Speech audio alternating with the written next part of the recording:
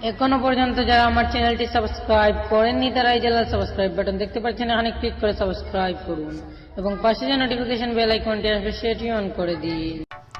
Hello everyone, BD ক্লাসের আরেকটি নতুন এপিসোডে আপনাকে স্বাগতম।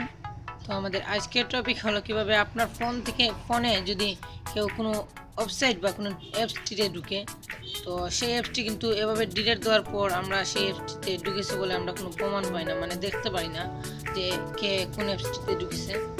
তো এরকম একটি অ্যাপস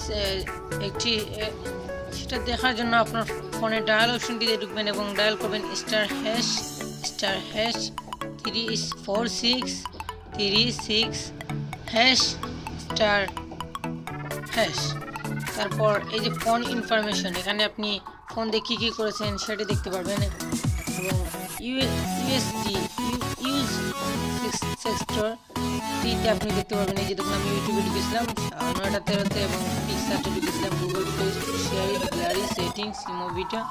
আমি যতটুকু অ্যাপসে ঢুকেছি সেগুলো এখানে দেখা যাচ্ছে। এই যে দেখুন, Google play store, sharing, gallery, settings, YouTube. এই যে দেখুন পাশে কিন্তু আপনি টাইমটাও দেখতে পাচ্ছেন, কখন কোন ওয়েবসাইটটিতে ঢুকেছিলেন সেই টাইমটা।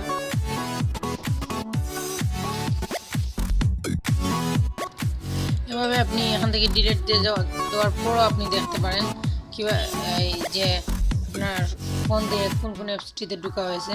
তো আমি এখন আপনাদের যে একটি অ্যাপসে গুগল প্লে স্টোরে ঢুকলাম, গুগল প্লে স্টোর ঢুকে গুগল প্লে স্টোরটি কেটে দিলাম। এই যে তখন গুগল প্লে স্টোরটা কিন্তু ওখানে রয়ে যাবে *#। আবার দেখুন ভালো করে কোডটি দেখে নিন, *#*4636#*#।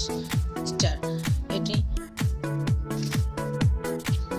এখানে হয়তো কোনো কারণের জন্য প্লে স্টোরটি আসেনি, কিছুক্ষণ পরে হয়তো সেই প্লে স্টোরটি চলে আসবে।